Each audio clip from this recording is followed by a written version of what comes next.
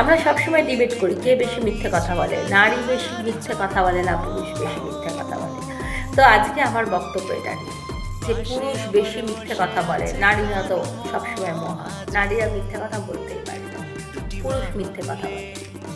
পুরুষ এতটাই মিথ্যে কথা বলে যে পকেটে 1000 টাকা রেখেও সে বলতে পারে যে আমার কাছে টাকা আছে, কি চাও বলো, আমি সবটা করে দিচ্ছি। পুরুষের পকেটে যখন টাকা নেই, শূন্য, তখনও সে বলতে পারে চিন্তা করো না, আমি আছি পাশে, আমি আছি সাথে।